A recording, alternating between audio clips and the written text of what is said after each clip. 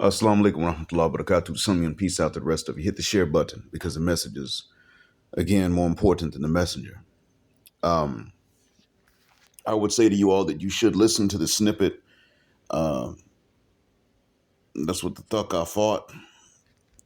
But you should go ahead and get on either buy me a coffee or go to the Passport Bros app. And yeah, you still got to either subscribe or pay for that particular post. And then you can hear the funny stories about just yesterday itself. I mean, just Thursday was pretty hilarious. And a lot of days out of the week will be like that. And so for you, for comic relief and entertainment, uh, it's worth it. Um,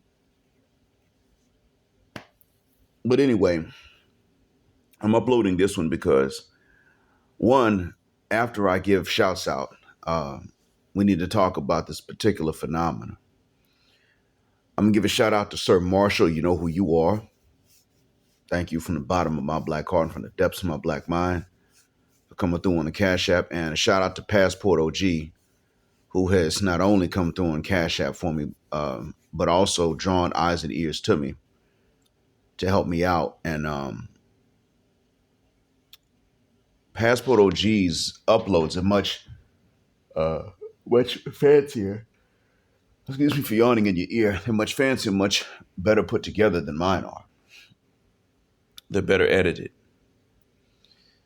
Also, Passport OG's last upload, Family Lies, Why Feminists Aren't Marrying Feminist Men, the Alex P. Keatonization of young men, showed me a lot. He has a way of bringing back memories that I have forgotten, or jarring forgotten memories. So it's hard to say that a forgotten memory is a memory, but when you remember it, it is.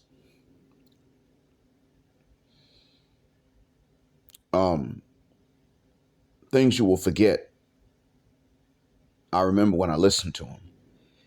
And it's kind of right on time because my brother's now going through, my brother being a little younger than I am, is going through a phase of nostalgia.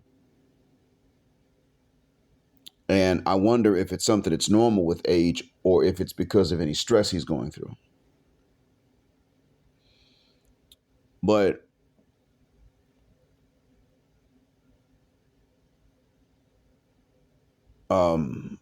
we're both beginning to remember things we had forgotten before. Minor details. We look at childhood and largely we remember things like some of the vacations. Most of what we remember is in the summer. It's ironic because most of our childhood memories are from 3 months out of every year. And we can remember certain things about the school year, but not a whole lot. I told my brother that I honestly don't know what's causing it in his case, but in my case, it had a lot to do with stress I was going through before I even got to his age. Anyway, I looked at this and I saw at the end of Passport OG's video where a Wyatt woman was talking down on a Wyatt guy. They looked about like high school age, but they seemed to be it looked like they were in the hallway of what might be a college dorm. So she was telling him that his girlfriend was cheating on him. And I don't even know how this argument started, but she was clearly arguing. And he defended his girlfriend and said, that was me. I was the one she picked up. And she said, oh, yeah, really? You want to see it? And she proceeded to show him images and video that proved that some other guy had been sleeping in her bed. And when he was shocked, she then called him a P-word boy. I want you to realize that even though we don't know the context of that argument, You must realize that it is very Western and modern for these bras to blame men for being cheated on. So, in other words, if you cheat, it's because you're a dog. But if she cheats, it's because you're not man enough. You're a P word boy. So, no matter what, you're going to be seen as wrong. You're the reason she cheated on you. It's not because she's a cheater, it's because you're you. And what this does is serve a purpose that many of us aren't thinking about. You may be wondering, well, what purpose does it serve? Well, I mean, if you wonder why it is, one, there's already just the contempt that women in general in the West have for men. There's that. Secondly,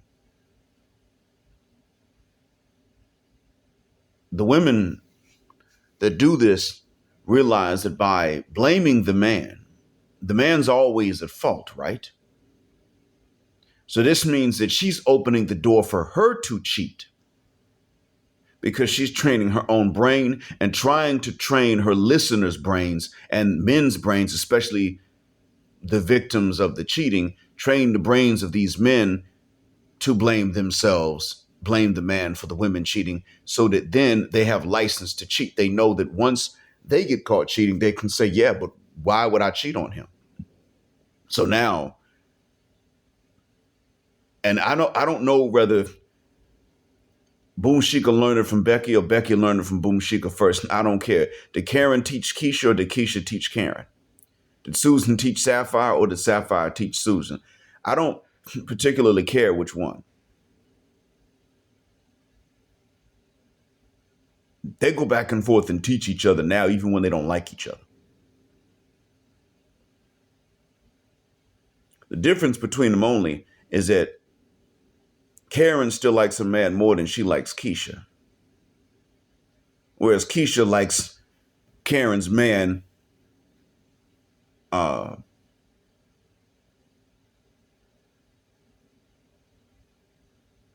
likes Karen and hates us.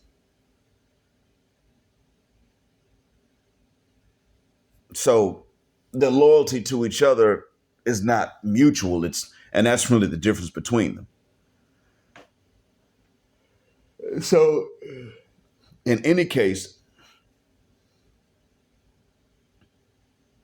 um,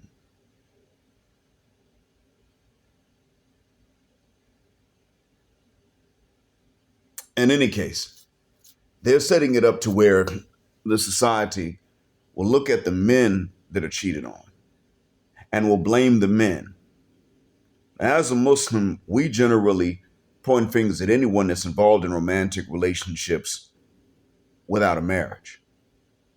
That's how we do it. But I'm simply talking about how this is from the standpoint of those that are involved in it and what the ladies mean to do, what their goals are.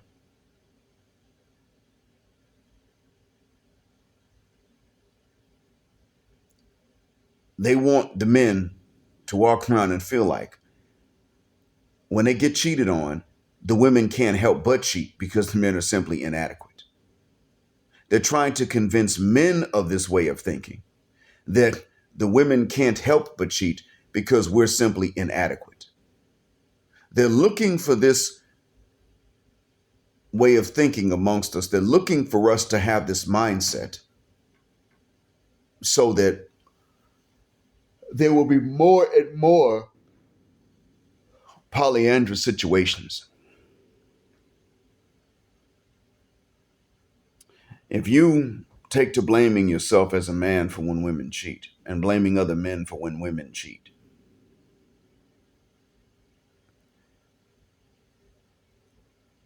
then it will be easy for them to train you to blame other men and blame yourselves for when women do things about as bad as cheating. It's a stepping stone to get us to blame ourselves for when women do worse. But it certainly will then have us easily blaming ourselves for when women do less.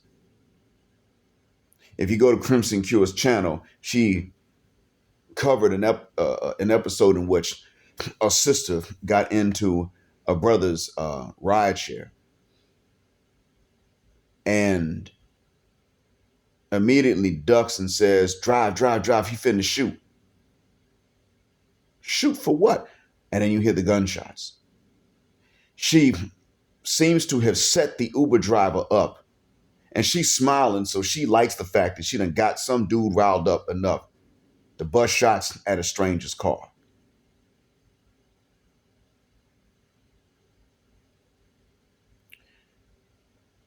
What that means pretty much is she set up the Uber driver. She gambled with his life and risked it. Now, we already know they're not doing this with Chad. They're not doing this with Mr. Charlie. So that I then have to wonder, who the hell are they? I have to wonder, how many Uber drivers did she not pick before she finally got a brother on there, saw his photo and said, okay, I'll gamble with his life. Now I can snatch from this man whatever it is I want to snatch to get him to come running behind me shooting. Whatever the hell was going on between her and the man that was shooting was not the fault of that Uber driver. And the fact is that she didn't care.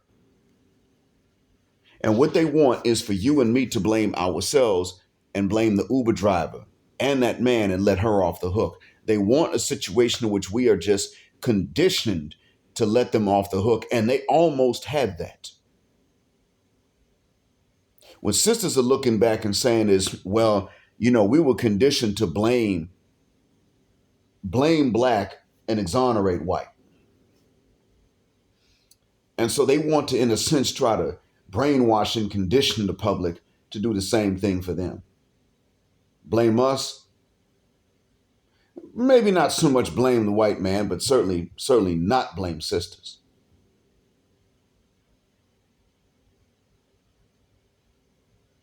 And the pro-wax fell for it. Pro-blacks were trying to increase self-esteem. Meanwhile, the pro-wax went the opposite way, largely because there were no tips and they didn't like reading and they didn't like analytical thinking. And so they just went into absolutes, always and never, everybody and nobody, no exceptions to anything, no nuance. And that's actually something that was very lowbrow and uneducated. That was part of that Western England way of thinking that was transplanted into the U.S. and then has since then been done away with in Western England. I'm telling you, it's a bad deal you get when you overexpose yourself to women of the West. Whether it's romantic or not, you set yourself up for a bad deal because they are dead. I want you to realize this. They are dead serious about messing things up for you physically and psychologically and for your property. What is it that they want? They want your car to be shot up. They want you to be shot up. They want you to have injuries that are permanent and lifelong, and including psychological ones, to where you think that when you're cheated on, it's because of you, so she can't help it because there's something about you that makes her want to go and screw someone else, while you still have to be a gentleman and take on all the responsibilities.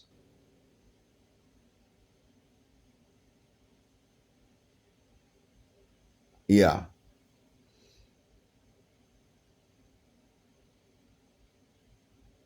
And there's some dudes that will find a way to blame men. And they'll always bring it back to men. But they don't sit up and say, well, the men should be more difficult. You see, if a woman's going to be chaste and say no to sex without a marriage, she needs to do that for the right reason, and that is to be chaste and to not bring a bad deal to a husband. When you men need to do this, you need to do this for the right reason, to be chaste. Do it because that's how God said it. and also to weaponize it against bad women. You got good and bad women that want to weaponize saying no to you. That's not chastity. But if you weaponize saying no, you weaponize that ability not to harm women, but to not be harmed by women. That's fine. We need to bring back certain double standards. They're not even for the sake of oppression, but because they're necessary. I'm not telling you to cheat, but I am telling you, you marry two, you marry three, you marry four. So what? And if you ain't got a lot of money, should you be responsible? Yeah. But if what you earn, what you have, is not going to make them rich, if it ain't even going to make them middle class, so what? They stay and deal with it, or they leave, or they get their butts out there and earn their own difference to the money that they want to have, and don't come bothering you about it because of salary. You don't get to just tell other people to pay you. It's not how it works. Salary's got to be negotiated.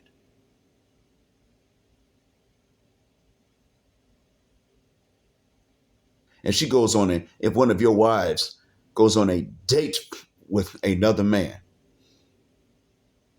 and doesn't hug him, kiss him, nothing like that, doesn't technically cheat, as people would say, you still put her out. Because what this means is what this pretty much means is that some other dude got to take out for nothing, for no reason at all. And she still ain't being faithful to you. And she's setting you up. Because at what point is she going to draw the line and stop? So I ain't going to do no more than that.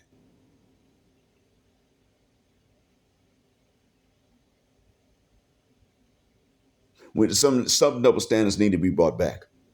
We interrupt them, so what? They talking foolishness anyway.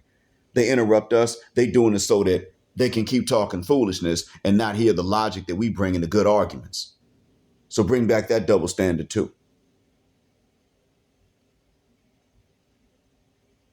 Because sometimes they're necessary. This is one of those times. And in reality, you can end all of that when you simply cut off the Westernisha and don't deal with her outside of y'all are related or it's business and y'all are working. Nothing else.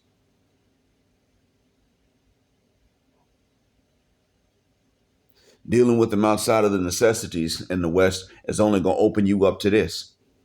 You get blamed when she cheats, and you get shot at even when sometimes when it is just business. And you just being professional. And meanwhile, in order for her to be able to laugh and stick her tongue out at somebody else, she's setting you up and risking you getting shot, probably by lying to the dude with the pistol about who you are and why you're picking her up.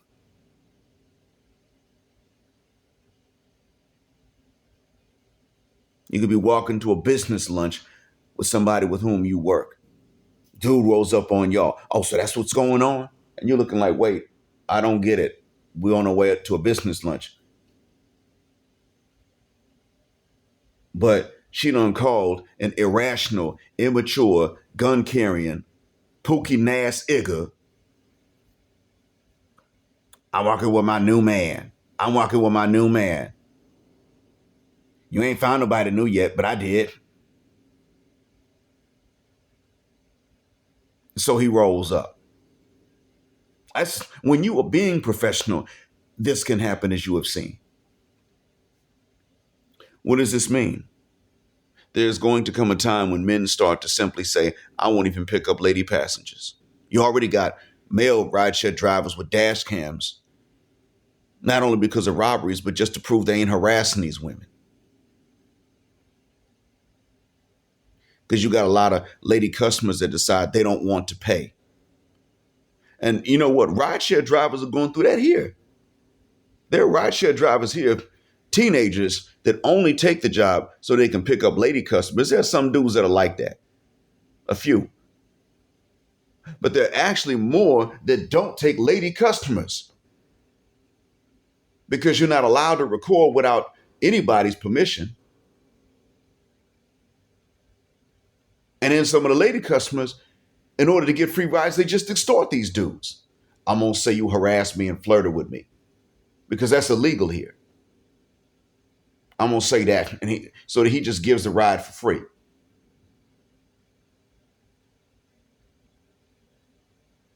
It's getting bad. One rideshare driver caught some women trying to steal his money. Now, when he caught her, she put it back where she got it. But yeah, times are tough. And we're talking all citizens here. So even here, to a certain extent, men have always had certain things that they would do to keep ladies at a distance because they could be set up otherwise. Now that way of thinking is making its way over there because of necessity. And all because no matter what, you ought to be the Christ on the cross. And I don't even believe he was crucified, but you were still supposed to be the Christ on the cross for her sins. We Muslims don't believe that that was even him on that cross. So don't let anybody put you on because of their own sins. Do not carry any nails. Do not wear any crowns made of thorns, and do not bear anybody else's cross.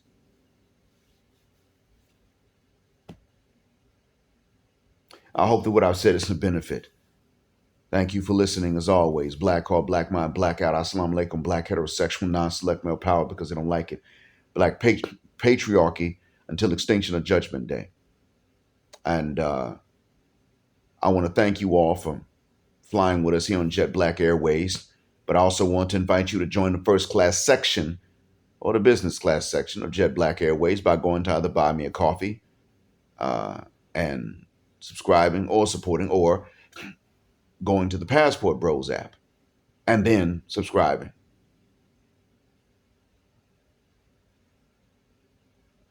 This is where Jet Black as a phrase is also a verb. Keep jetting black with us until the wings and the wheels fall off. Gender justice forever.